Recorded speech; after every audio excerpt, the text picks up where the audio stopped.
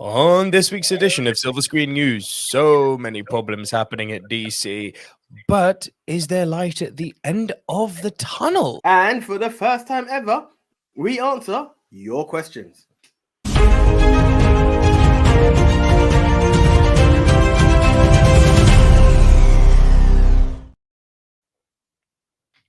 Hello, everyone. It is me, Nico Luro, and as always, I am joined by the one AJ, Anthony Jordan. How you all doing? Things are good in the house, and we have got, as always, guys, some movie news to bring to you. And little apologies just to start off with. Bad lighting, bad video quality, good audio quality, though. I'm in the process of moving house. Hopefully on this show next week, everything will be back to normal and we'll be good to go again. So I do apologize for there being a lack of quality that we normally try to bring to you, but we are still here nonetheless with a few days worth of movie news. And as always, we start with our first section in a little topic or a little subsection we like to call Hot Off the Press.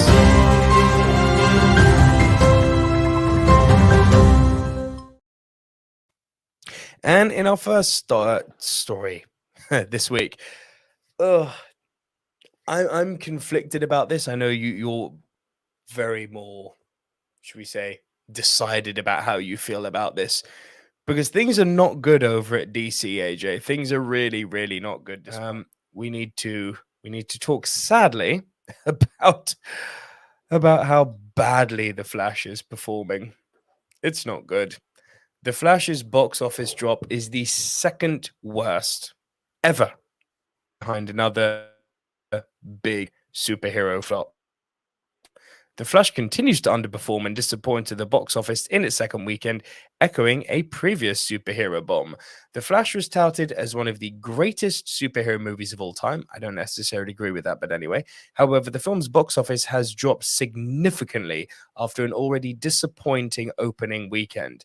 The Flash has been a troubled movie. The film was first announced in 2014 and has taken 9 years to release. The film, which James Gunn said will reset the DCEU into the new DCU, has been getting pushed back for various reasons. The reasons include trouble with the DCEU having a cohesive slate of movies, the COVID-19 pandemic-related delays, and controversy surrounding Ezra Miller, the movie star. The film was released on June 16th to a disappointing domestic box office weekend of $55 million.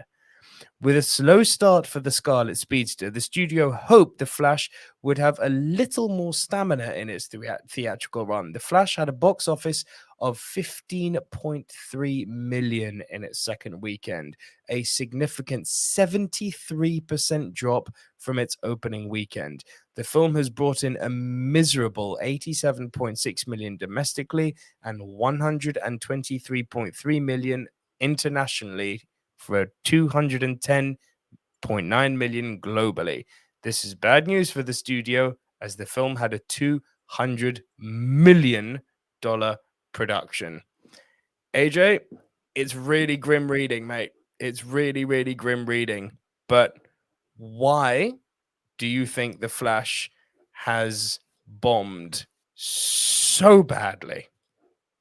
I think there's a mixture of things. One, a lot of people who may be casuals have had to take a lot in with this film. It's got a hefty runtime, and what I've seen, the company I went with, people I've spoken to after really enjoy the open. I think the first act has really got people going, but it drags on a bit too much, which makes people lose interest. Now, with that, they don't return to the cinema to see it a second time. Whereas I think had it just been that little bit shorter, you would get people going back. And then there's the obvious. The one that had me conflicted as if I should go to see this film is the main star. If anyone has paid attention and see the trouble that is circulating and surrounded this individual, they're not going to support it. For a fact, we have someone ourselves that we know who will not support it by putting money towards it, because it is, and I understandably get it, you are supporting someone whose actions you don't agree with. Now, as much as the film is good and there are other stars in there, that's like, and I don't really want to go this way, but I'm going to be real in saying it. It's like saying, well, Hitler helped the economy. Let's ignore the other stuff he's done. You can't take away the crimes that are being put forward. It seems very clear, though not officially proven to be guilty, that this person has done these crimes and is quite proud to admit some of the stuff that has taken place from themselves. So why should you then support that person as the key character to this film? They're not featuring in the film, they are the main focus of the film. You are going to get some kickback on that. Yeah, look, I'm going to come at this with a little bit of a different take, because I am of the opinion that Ezra Miller, in fact, has nothing to do with the failure of this movie. Case in point, The Flash is failing. Shazam failed even worse than The Flash. Shazam 2, I mean. Black Adam flopped. Black Adam, starring the biggest movie star in the world in Dwayne "The Rock" Johnson. $400 million. It flopped. Now, people, $400 million is a flop. Yes, when you factor in the budget of this movie and you factor in the marketing budget that they actually made a loss on Black Adam. So this tells me there is a trend. And the trend is simply, I know people are going to say people are bored of comic book movies. To that, I say, nonsense. Guardians of the Galaxy Volume 3 just made $800 million at the box office. Spider-Man Across the Spider-Verse is currently making $600 million at the box office. People are not bored of comic book movies. People are bored of mediocre comic book movies, and people are associating DC, unfortunately, with mediocrity. I actually am going to go out on a limb here and say that this is so bad what's happening here that even when, and Blue Beetle will fail too, by the way. Blue Beetle is going to flop hard. So I believe this is a trend that's happening here. And I'm going to go as far as to say, as kind of leads us into our second story, but I'm going to go as far as to say, as even with the arrival of Superman Legacy, that movie's not going to perform. What DC have to do here is they have to win people back. There is a feeling now it's a DC movie. It's going to be bad. I don't need to go and see it, irrespective of who's in it. Case in point, The Rock and Ezra Miller. Vastly different individuals in terms of their star power and in terms of their notoriety. Neither of them a box office draw. It's crazy. People are over DC's mediocrity. And I don't think The Flash is a mediocre movie. I actually think it's quite good, despite, as you said, Ezra's problems on set. People associate DC with mediocrity as based on the last three movie results. And I'm calling it now. Blue Beetle will fail. Any reply?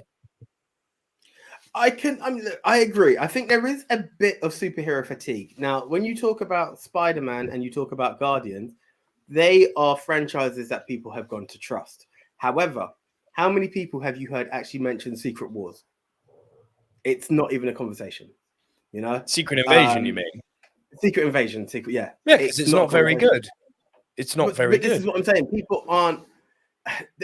even if people came back and said to you, I'm not interested, it's not even a conversation at the moment. It's not that people are rushing to, it's out. It's, yeah, I'll catch it when it's there. There is a bit of superhero fatigue. There are some stuff that you want to close.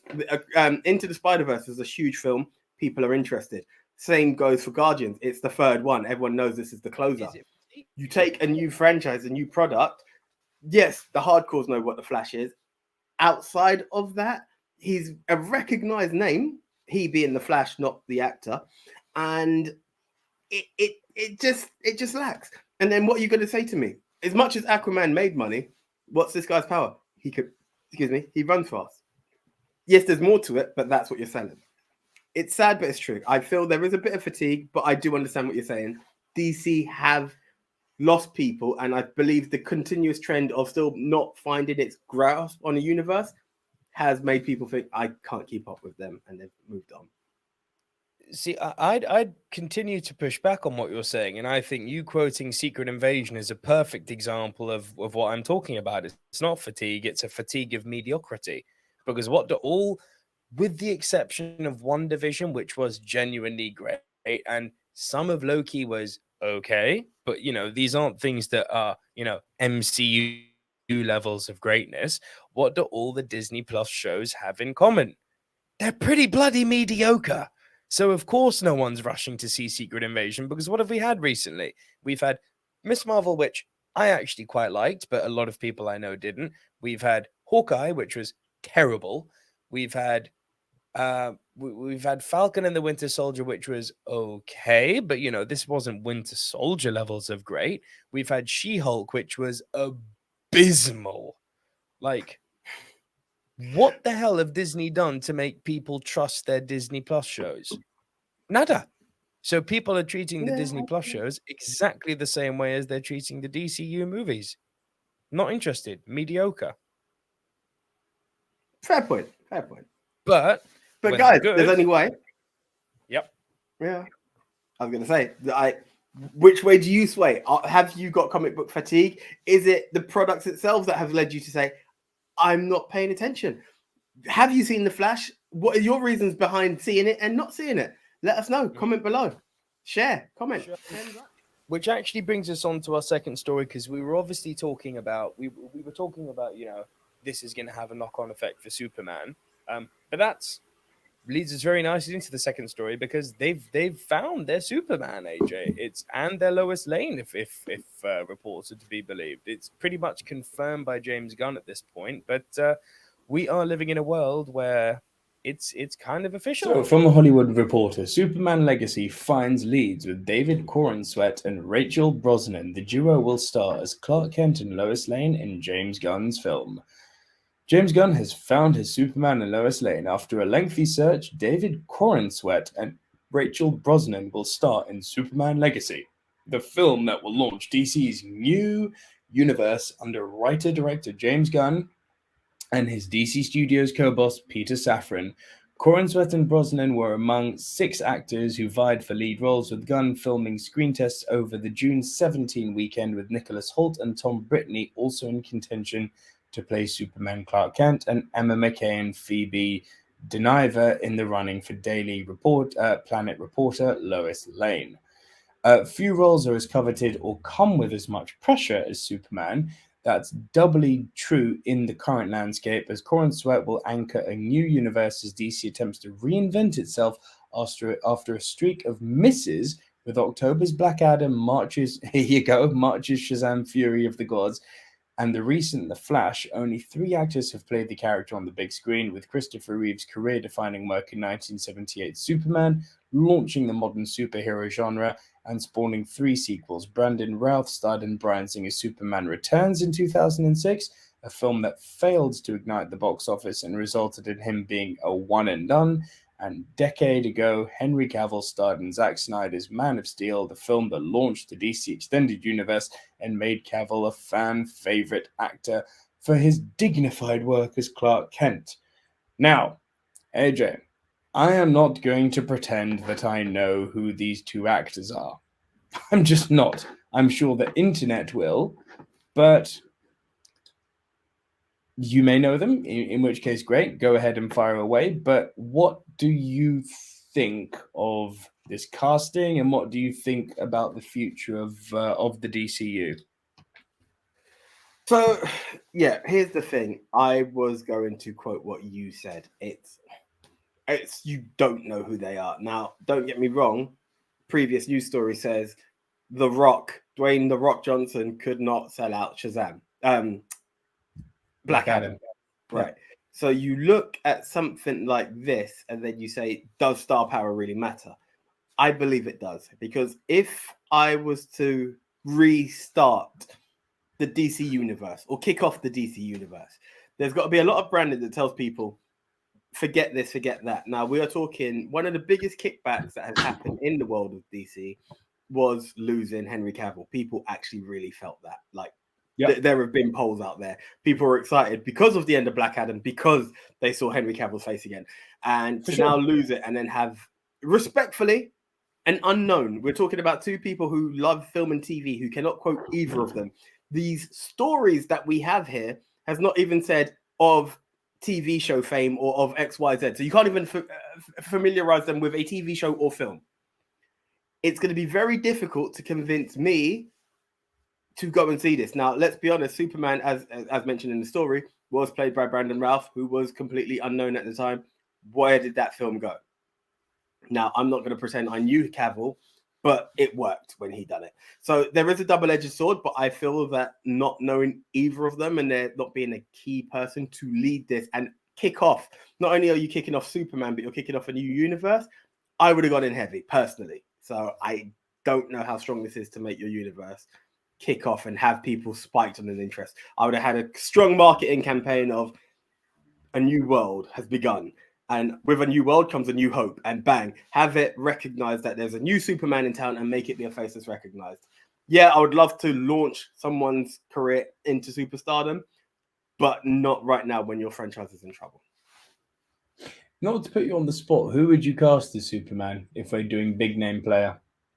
Do you know, it doesn't have to be huge, but let me be recognized. So, as I said when I first saw this guy's picture, I've got hints of Richard Madden. Let me see someone that I could partially recognize or something. I believe, not trying to build on frame, I think Madden might be a tad too short, but give me someone who looks the part. Had it not been for controversy, Armie Hammer.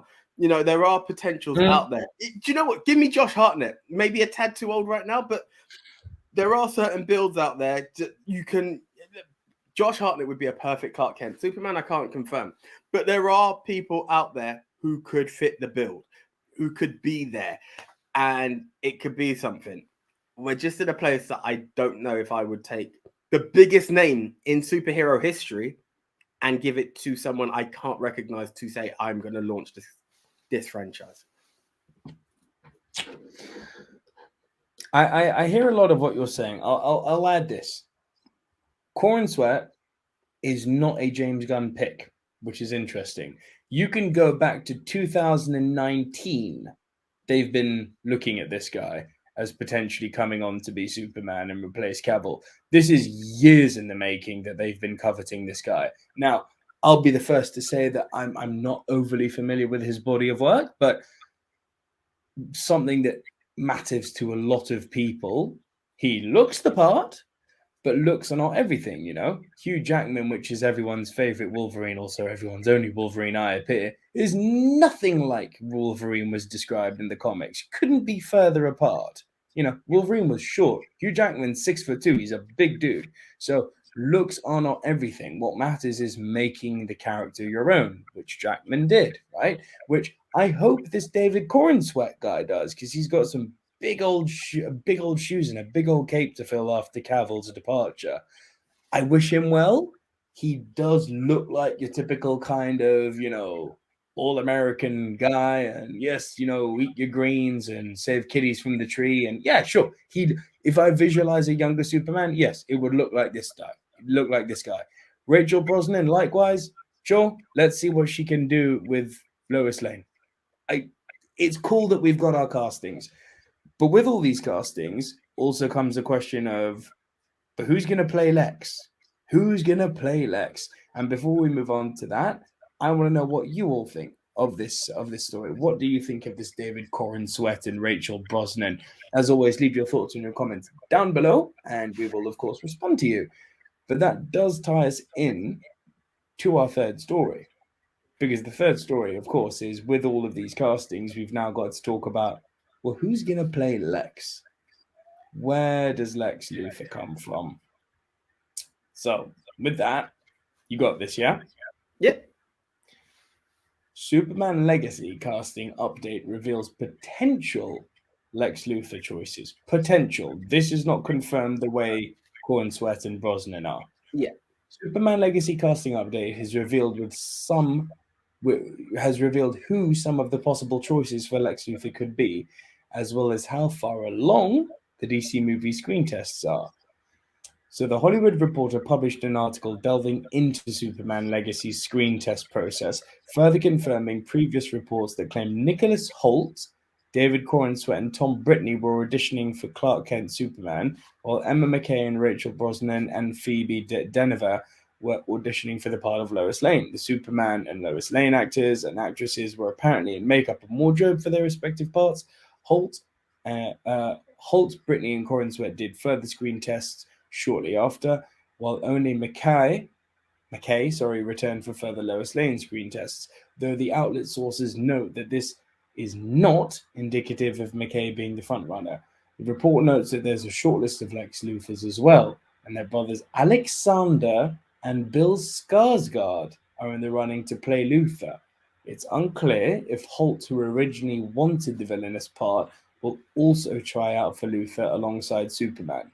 Members of the DC supergroup The Authority are also being cast as Superman Legacy's world, who will reportedly already have superheroes existing in it. Now, that last part I find particularly interesting.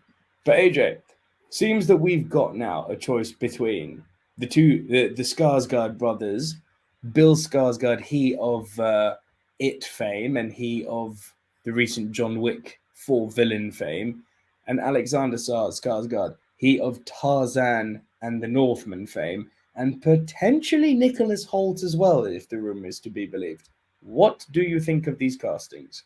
See, Alexander Skarsgård, just checking out his picture again, and he's saying being Tarzan could have been a good call for a Superman. You know, it's a decent build and whatnot. Now, looking at Bill's picture as well, like he also has.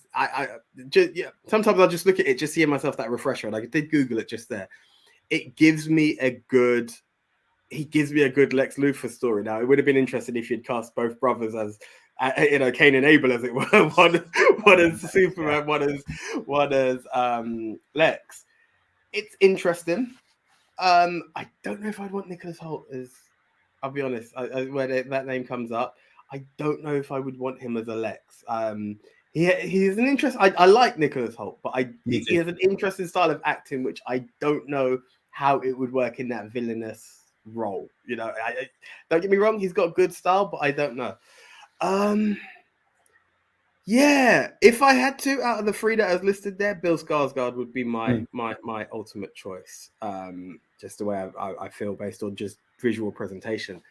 On an outsider look, it's really weird. I don't want to go back into a previous life, as it were, but Jesse Eisenberg done really well. You know, he actually knocked it out of the park, and that would be something. But I understand that if we're rebooting, let's reboot. Let's leave the past where it be. It's interesting. I can't directly think, so I will. Based on that, I will leave it as Bill Skarsgård would be my ideal choice based on what's been listed. I'm very much going to agree with you on this. I think Bill Skarsgård is an inspired bit of casting to play Lex Luthor. You know, my dream choice will always be Bryan Cranston. You know, Heisenberg himself, I think, as Lex Luthor would be chef's kiss. But I think that ship has sailed, unfortunately. Bill, although I'm not a fan of the It movies, yes, I know, Burn the Witch, I'm not a fan of the It movies. He's good in them, and he was very good as the villain in John Wick 4. Although why they cast a Nordic guy to play a French villain is still a bit beyond me, but hey, we move on and we live. He was really good in that. So he's got the reputation of being able to carry villain roles very, very well, and he has a villainous presence about him. I don't see what they're angling with Alexander Skarsgård. Like, for me, he's exactly as you said. He's more for a Superman type than a Lex Luthor type. I don't see that one. I do see it with Nicholas Hoult, very, very much so. But he's got some making up to do to me after what I saw in that Renfield movie. Fair enough. I can also understand. Not good at all. But I want to know from you guys, as always, what do you think? Who would be your dream casting for Lex Luthor? And who would be, of these three, who would be your pick? Bill or Alexander Skarsgård, or indeed maybe Nicholas Hoult? And that's all the latest news stories. Now we're going to go to last week's news stories in a section that we simply call News Update.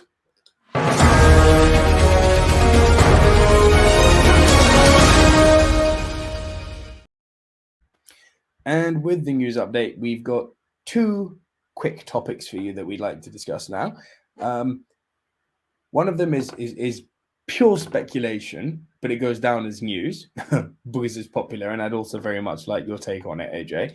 And that first bit of news is one of the most, I don't believe fairly, but one of the most controversial comedies of recent years remains Tropic Thunder.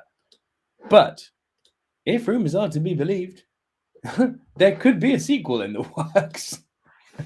Which makes me oh so happy. So the Tropic Thunder sequel teased by Tom Cruise. Tropic Thunder was a controversial movie from the moment it hit cinemas in 2008. That's not true. The satirical action comedy film followed a group of actors attempting to make a film portraying a Vietnam War veteran's memoir, but after being abandoned in a jungle in a jungle, they realize that they're in actual danger and are wildly unequipped to deal with it. Much of the criticism of the film stemmed from its portrayal of people with disabilities and the use of ableist slurs, as well as the fact that Robert Downey Jr.'s character Kirk Lazarus appears in blackface. The other characters in the film are shown to have negative reactions to this. Given all that, it's quite surprising to hear that there may be a Tropic Thunder spin-off or sequel in the works. Earlier this year, Far Out magazine reported that Tom Cruise is apparently in talks with filmmaker Christopher McQuarrie, who recently served as producer on Top Gun Maverick and Mission Impossible Fallout, to bring his Tropic Thunder character Les Grossman back in some form. Far Out magazine speculated that this could potentially be in a new movie or maybe even a new series. So AJ,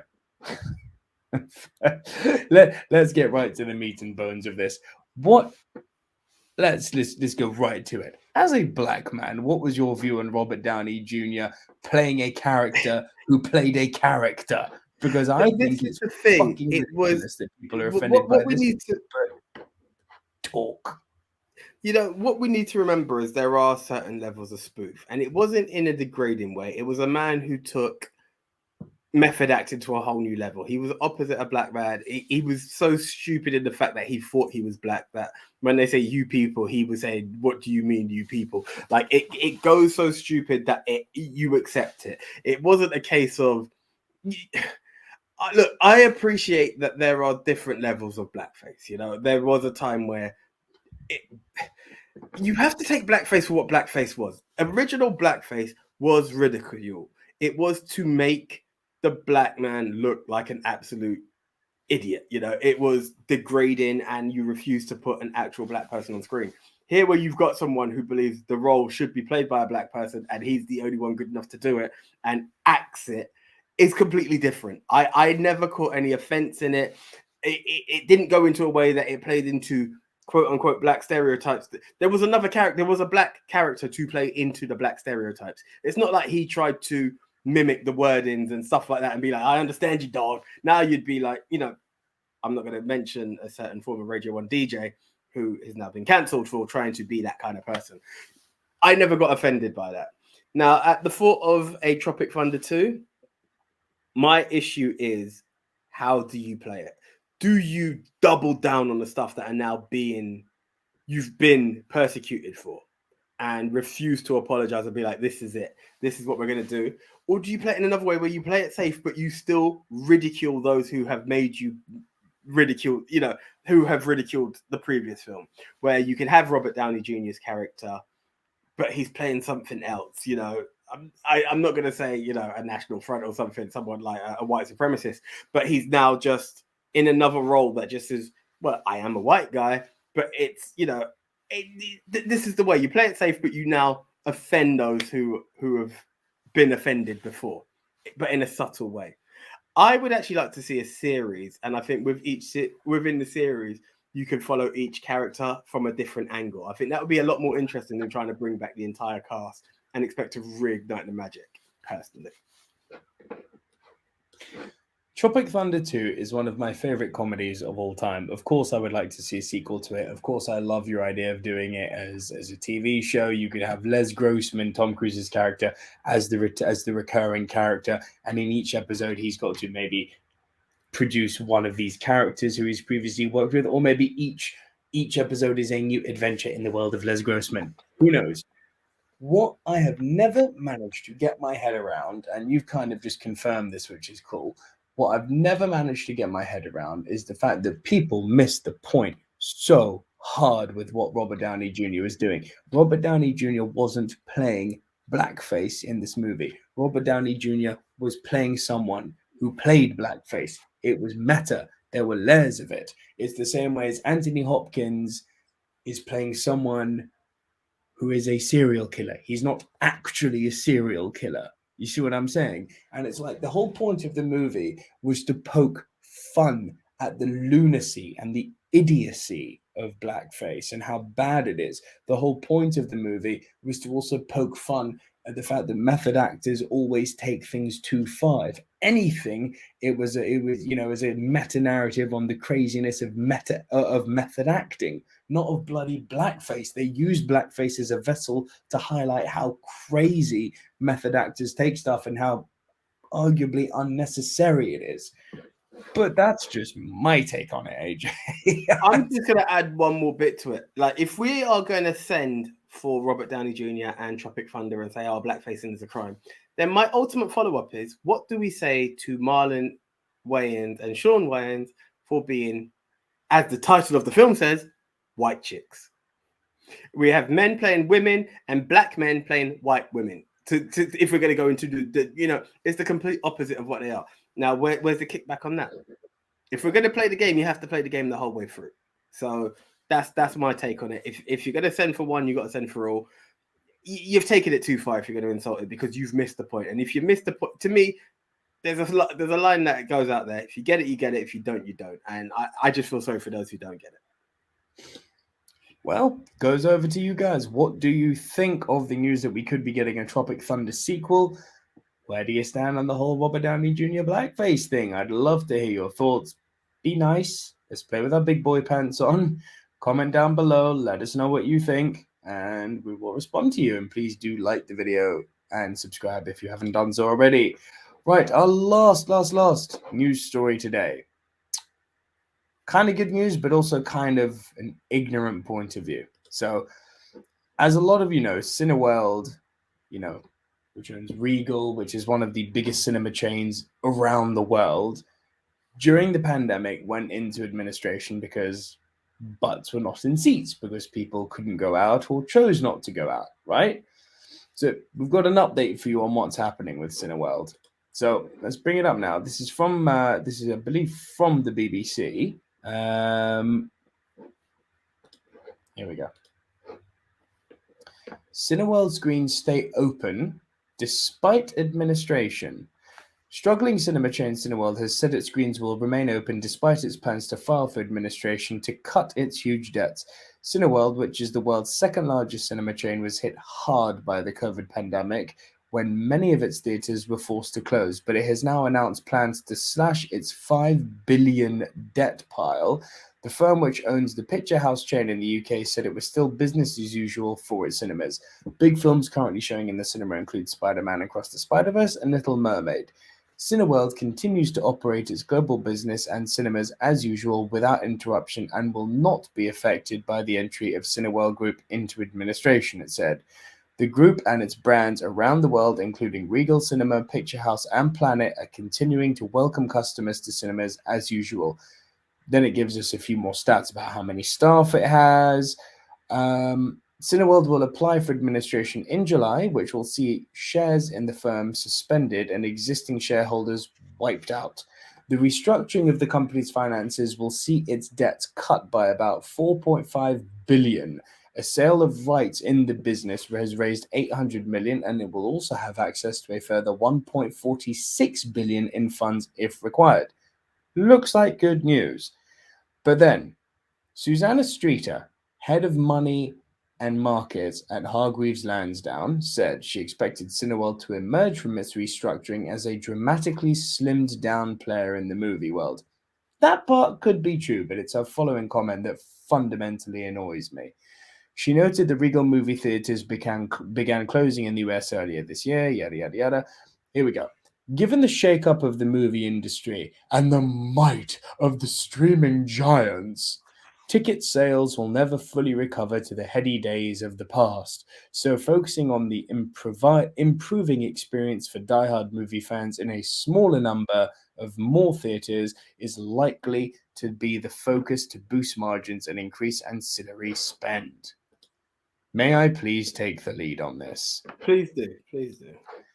In a world where Top Gun Maverick has proved that streaming is not the way forward, in a world where Warner Brothers have been taken over by AT&T, who decided to use the streaming service of HBO Max as their benchmark and do day-in releases. So a movie would release in the cinema the same day and release on streaming the same day, which caused industry-wide outrage, caused Christopher Nolan, one of the best directors in the world, to leave them, Denis Villeneuve to write a scathing remark on them, and which financially put them in huge trouble, which they are still trying to recover from now. The very notion of saying that streaming services are the future is not only incorrect, it's ignorant, because in the last few years, what has been shown to be successful for studios is when movies hit the cinemas, stay in the cinemas for a while to make the money, then go to streaming to continue to make money behind paywalls, then get the DVD releases or Blu-ray releases for the few who still buy physical media, and then move on to streaming. It's not an opinion, it has proven to work. Case in point is Top Gun Maverick. AJ, am I crazy in thinking that a woman saying the might of the streaming services is completely misguided? Look, the thing is, people have long come to this understanding. We've had debates ourselves over which way it's going to go. Is it that this is the future? But cinema is still an experience that people are looking forward to. No matter which way you look at it, people were rushing out for Guardians. People have rushed out for Spider-Man. This is why we could talk about the figures that are there. I can also tell you, make no illusion, I have spoken to many women and they are on tenterhooks for the release of the Barbie movie. It is the most anticipated thing I've heard people talk about in such a while. To us comic book fans, it was, despite the stigma, The Flash. But there are films that have people waiting. No one is really said, there are films that people will say, should I wait? And I totally understand it will wait for streams, but no one is ever excited. I don't think anyone's excited to be like, oh, so the Barbie movie is going to Prime. That's not what they wanted to hear. They want to go to the cinema for that. There's an experience that is to be appreciated. Yes, it has taken a hit. We're not going to play the game of ignoring something that's clearly there. But it's not to say all is lost for cinema. That's my view. I think there's still a lot to be appreciated. A lot to be appreciated with cinema. Yeah, there really is a lot to still be appreciated in cinema, and it's proven to be where the money is at. It's, as I said, it's not just an opinion. But speaking of opinions, I want to hear what all of you guys have to say. Do you still believe in the might of the cinema? Or have you succumbed to having the, I guess, convenience of just doing streaming services and you don't really go to the cinema anymore? Leave us comments down below. Let us know what type of viewer you are. There are no wrong answers here. Just want to know what your viewing habits are. And to finish off the show today, we have a question from one Gavin Mann. Follow him on Twitter at Gavin Mann, who asks us, for Tarantino's last ever, quote unquote, last ever film titled The Movie Critic, is there someone you would like to see him cast that he hasn't worked with before? So, I obviously know nothing about this. I'm going to go with the very notion of what the title suggests. So, what do we know about Quentin Tarantino? We know he is a film obsessive. We know he has got encyclopedic levels of knowledge, which kind of makes me think that's how he's going to have this film critic represented. He could go down one of two routes. He could do a kind of self-projection of himself onto this film critic, give him encyclopedic levels of knowledge of film and make him behave in a way that he behaves like he's better than everyone else. He could go that way. Or he could present the movie critic as someone who is fronting to have great knowledge, and thereby it's Tarantino having a little side swipe at the snootiness of critics through the vessel of this character. Both of these are good options, but I think this is just my opinion. But I think both of these would require radically different actors to play them out. So I guess to develop the question then, it's, do we think he's going to have someone who is genuinely an encyclopedic film critic, in which case who'd you cast? Or is it going to be someone who's fronting as being a kind of know-it-all, like a lot of critics do? In which case, who do you cast? Both of them, I think, have to have a huge ability to project intellect or to make you believe their bullshit. Believe they're For what, sir? someone- Just to choose another word so I can edit it. To believe that, because we'll get to believe their bravado, believe their shtick. Someone who I think, and stop me if you think there's anything I'm missing here, but that's just where my mind's going at the moment. I think someone who hasn't worked with Tarantino before and who has the ability to portray really, really smart, genuine smart, like, yeah, I believe this guy's a super genius, Mads Mikkelsen.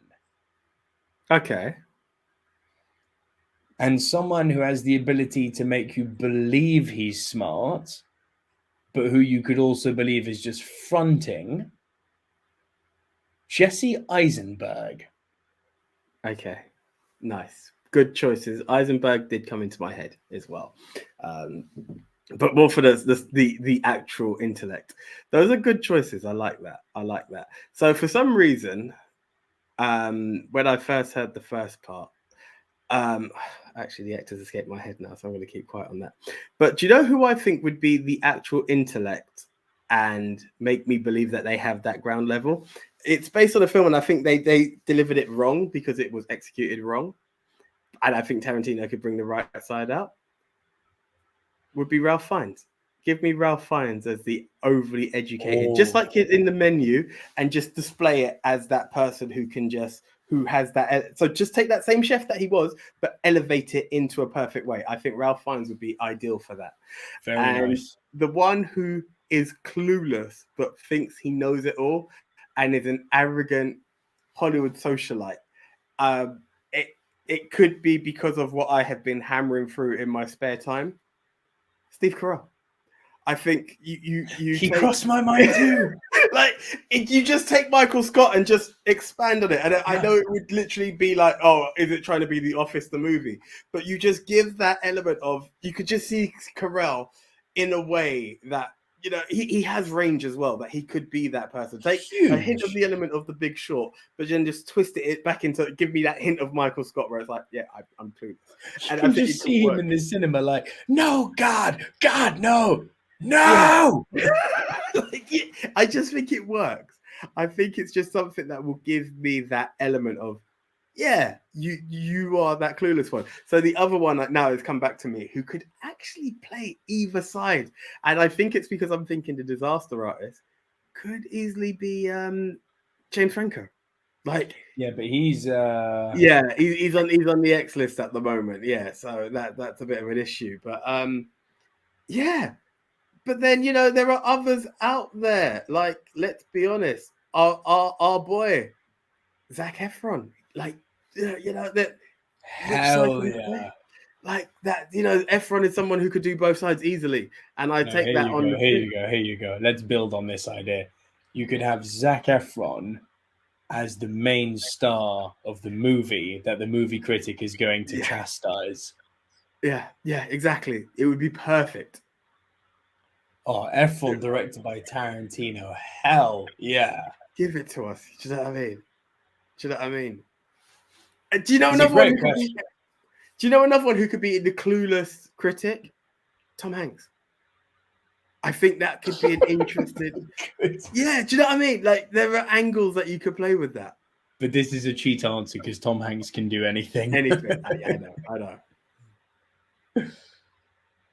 It's a very good question, Gavin. So what I want to know from you guys is, do you agree with where we think this movie might be going? Like, it could be one of two extremes that Tarantino is going to portray with this movie critic movie. And what do you think of our casting choices? Obviously, this is the game of fantasy booking and dream booking, so there are no right answers here. We're just having a bit of fun. But let us know what you think. Comment down below and let us know. Here's a good one. What's your favorite Quentin Tarantino movie? Leave that down below. And that is it for another edition of Silver Screen News. There's no Throwback Thursday because we're recording this week on a Thursday, and we should hopefully be back next week, including a Throwback Thursday. So until then, I am Nico Luro. I'm the one AJ Anthony Jordan. And we will see you guys next week. Thank you as always for joining us right here